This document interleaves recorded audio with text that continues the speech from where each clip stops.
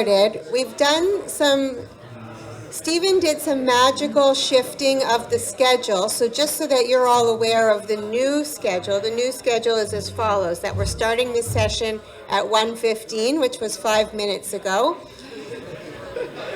And we're going to run until 2:30, and at 2:30 we'll have the response panel. So I think this is a great kind of transition point from hearing the academic researchers and their perspectives to hearing from industry and industry perspectives.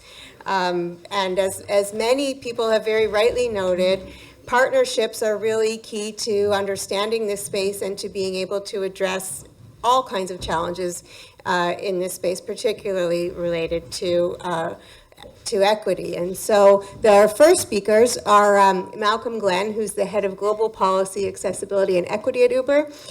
He's based in Washington, if you're wondering, and Jonathan Wang, based in San Francisco, who's a data scientist on mobility. So thank you.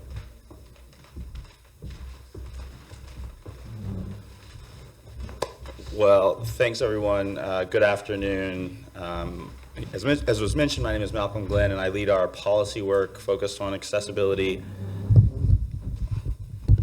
in underserved communities based out of DC. And what that means practically is I spend a lot of time with people with lived experience. So talking to people who are equity-seeking people from underserved communities, understanding both what their experience is, what their needs are, where we need to be doing better, and then I would say most importantly, delivering that information back to people internally at the company, helping them understand where we need to invest, why we need to prioritize these issues, and make our platform work better for them. Hey everyone, I'm Jonathan. I work on the data science team on the mobility research team. And what that means is I work with outside academics in terms of partnering and helping to provide resources that Uber has in order to help them answer research questions that we're both interested in, as well as internal work around questions of congestion, Uber's impact on the environment, as well as equity. Thanks, Jonathan. So we are going to spend time just talking about a couple of sort of discrete areas. I know there's a lot of conversation about the prevalence, influence, and impact of TNCs, ride sourcing, hailing companies. But we're going to talk about a couple of specific equity areas, and of course, if there are other questions, we can address them. But we think about it in a couple of different ways. I have broken them down. This is not in any way exhaustive around financial, geographic, and sort of personal or physical equity. And on the point of financial equity, I think it's really important to mention that folks like Jonathan and I actually think about these issues across the world. And we've been talking largely in a North American context today, but the reality is some places don't even have a sort of transportation infrastructure of which to speak. And so one of the examples that we cited is Uber Bus, which launched in Cairo last year. And this is a bus service in the absence of a transit service that is able to provide a bus service. And of course, that's not the conversation around which we are talking here in North America, but in a lot of places around the world, we are going into places where there is no infrastructure. To some degree, there is no even sort of road infrastructure for us to operate. So we're trying to solve questions of equity from a completely different context. We think about geographic equity. Of course, that has a lot to do with how we expand our service. I think it's also worth noting that there is no one Uber. We talk about where Uber is and Uber isn't. There is no one Uber. Uber X is in some places, Uber Pool is in some places, but expanding not just where Uber is, but as many of the Uber options that actually meet the needs of the people who need them, particularly people from equity-focused neighborhoods, is really, really important for us. And then, as I mentioned, personal and sort of physical equity, even if you live in a place, even if you can afford access to the platform, if you have a disability, what are the impediments there? I was appreciative that Adam mentioned the questions around digital accessibility, making our apps work if there is a technological interface with the options that you need if you are a person with one of these disabilities. So we'll just run through a couple of those examples. I co-authored with a colleague a blog post earlier this year around access to bike share for communities most in need. And so we looked at Jump Bikes, which is the pedal-assisted bike company that we purchased last year. formerly known as social bicycles for a number of years, largely in the US, but in a number of other places around the world. And we looked at a couple of cities. And one of the questions that we oftentimes ask ourselves is, in the absence of information around demographics, which we don't want and certainly we don't have, but how do we understand what impact we're having on equity seeking people? And so one of the things we did earlier this year was we looked at residential zoning, and we looked at areas zoned as low, medium, or high income, and we wanted to see what proportion of jump trips were starting or ending in those neighborhoods. And in this instance, we saw that there were actually twice as many jump trips to or from low income zoned areas versus medium and high income areas. Now, that doesn't mean that these people are the people we're actually meaning to seek, but it is a proxy that helps us understand at least some of the impact we're having. And Jonathan's going to talk a little bit more later about some of the challenges and what we've done to get at who we're serving and whether we're serving the people who are in need of these options. Uber Pool, I think you all know about, which is our lower cost shared ride service, which is available in a number of major markets around the world. I think you get it.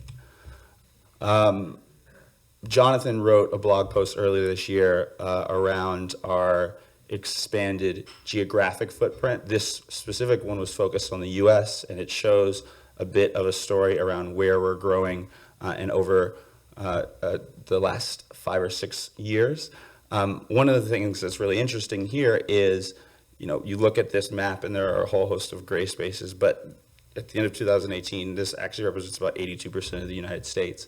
And again, I think it's important because 82% of the United States has access to some Uber service, but of course not every Uber service, and some Uber services are more suited for people with specific accessibility needs than others. And so it's about expanding so we can fill up areas that are starved for transportation options, but also making sure that we're delivering the right option to the person who needs it most. This is, of course, a picture of one of our wheelchair accessible vehicles. I think this is a really important point because, as I mentioned, I do a lot of community engagement. And one of the things I think is really important, I think oftentimes people who don't have lived experience apply a certain set of standards and understandings for a population that perhaps isn't what they're actually looking for. And so there's been some conversations about the number of minutes distance between a wheelchair accessible vehicle and a non-wheelchair accessible vehicle. Well, I spend a great deal of time talking with the disability community. It's actually the largest proportion of my job. And what they say is, of course, generally speaking, is we're looking for reliability and assurances. And that we can create a space outside of our traditional model where folks have access to waves in a reliable manner, under 15, under 10, in some places like here, approaching something like 7 minutes on average, considering the place from which we've come. And I think that was a really salient point by Evelyn. It's a real significant sea change over paratransit and pre-existing options. And so I think figuring out how we can improve over the options that have previously existed while getting us close to the other options that exist on our platform is really, really important. And then judging ourselves not based on the notions that we set forth, but actually asking people from these communities, what is your expectation? What is going to be a sign of success for you? And measuring based on what they say is a really, really important thing to keep in mind. And I think it's a broader conversation, I would say, that's worth having around how we can make sure that we're engaging the communities we've been talking about all day that aren't necessarily as fully represented in some of the conversations around conclusions. And then, of course, as I mentioned, Adam mentioned the importance of digital accessibility as well as that physical accessibility. So our apps are fully accessible with VoiceOver, which is the main screen reader for iOS, and TalkBack, which is the main screen reader for Android. And so again, the access is important, the physical access, the scope, the span. But one of the things that is really, really important, and we talk about the importance of making sure there are options for people who don't have smartphones. The blind and low vision community calls the VoiceOver setting in your iPhone the most transformative technology in some ways in the past 10 or 15 years. And so I think it's really, really important to recognize that we need to expand options that don't require smartphones. But for some people, smartphones are not just a value add, but sort of vitally important to the experience of interacting with the digital world. if you have time, I would actually encourage you to, it's a really good experience in empathy building, is to turn on the voiceover function on your app. Try to do anything. Try to do a basic function using an app you use all the time. See how much more difficult it is, and it helps you recognize what it means to deal with not just the physical space, but the digital space as well. And now I'll pass it on over to Jonathan to talk about some of the challenges that we face. Great. So as Malcolm mentioned, one of the biggest challenges I think we have in terms of understanding who is using our products and how we are affecting users who live or who require these services along different dimensions of their demographic characteristics and in terms of equity is we don't know very much about our riders. We know where they're being picked up, where they're being dropped off, but we don't collect data, nor do we really want to collect data on race, income, or anything like that. And I think for us, one of the more interesting parts of my job is being able to work with academics who are interested in these questions, creating partnerships that allow them to leverage the data that we do have around how our riders and drivers are utilizing the platform to answer some of these important research questions. So keeping that in mind, we still are trying to get at answering some of these questions in using methods and data that we do have access to.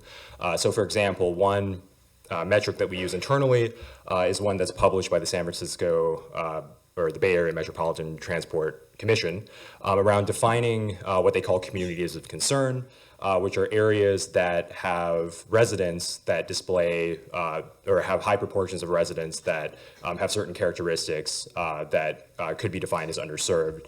So this includes things like historically disadvantaged racial groups, low-income residents, areas that have high proportions of elderly or otherwise don't have access to vehicles. And so utilizing these metrics and their definition, we're able to sort of construct a holistic measure of areas which we think are underserved and put together analyses and think about how our service may be impacting these areas. And again, I think it's important to emphasize that like we don't know anything about the riders. It is very possible that the riders who choose to use the platform are actually not representative of those that live in certain areas at all. And those are, again, I think, questions that are better suited to answer with external academic partnerships. So this is an example of what the community of concerns look like in San Francisco. And then an example of some analysis that we've done around overlaying this with where Jump, so as Malcolm mentioned, are bicycles that are dockless bicycles that we've deployed in San Francisco where people are picking up and dropping off. And I think with this analysis, around 50% of trips either start or end in a community of concern. But again, we don't know who is actually utilizing these bicycles. And I think given some of the research that has been presented at this conference before our panel, I think it would be, there are areas of opportunity to collaborate to better understand how this is ultimately having an impact. We also have ongoing sort of internal fairness work in terms of fleshing out how we think about how our products ultimately impact areas of equity. And so the team that I'm on, we've been doing some preliminary work with product teams in order to start thinking about how we define the potential disparate impact or unequal impact that new products may have on certain riders or certain drivers. Thinking about how we would detect those to see if during either experimentation or product rollout that it turns out that this product actually has a huge negative impact on certain sensitive populations, and then having a plan to remediate these issues as we detect them. And I'll pass back to Malcolm to talk about how we work with regulators. Yes, beautiful picture of our CEO and the French president. But we were asked to talk a little bit about regulations and how we think about the regulatory environment and how there can be ways to thoughtfully regulate our industry in order to maximize not just questions of equity, but questions of how we work better with cities writ large.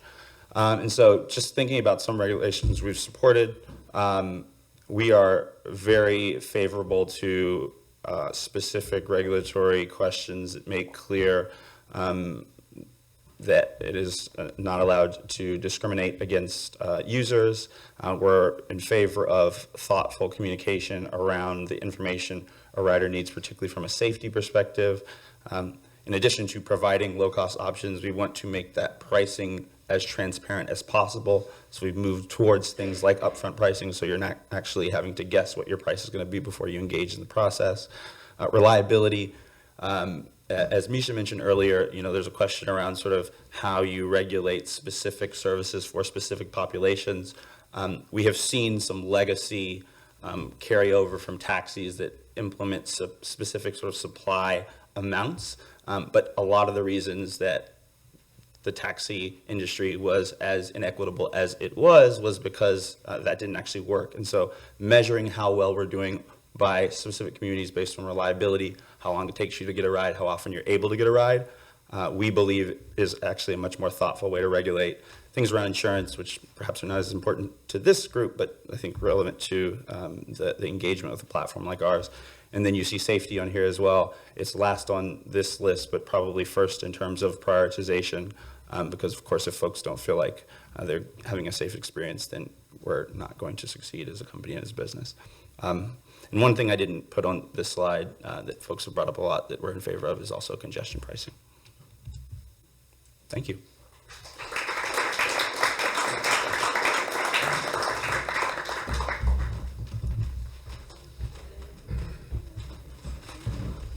Thank you. Our next speaker is Luke Mellor from Pantonium, who's the marketing director.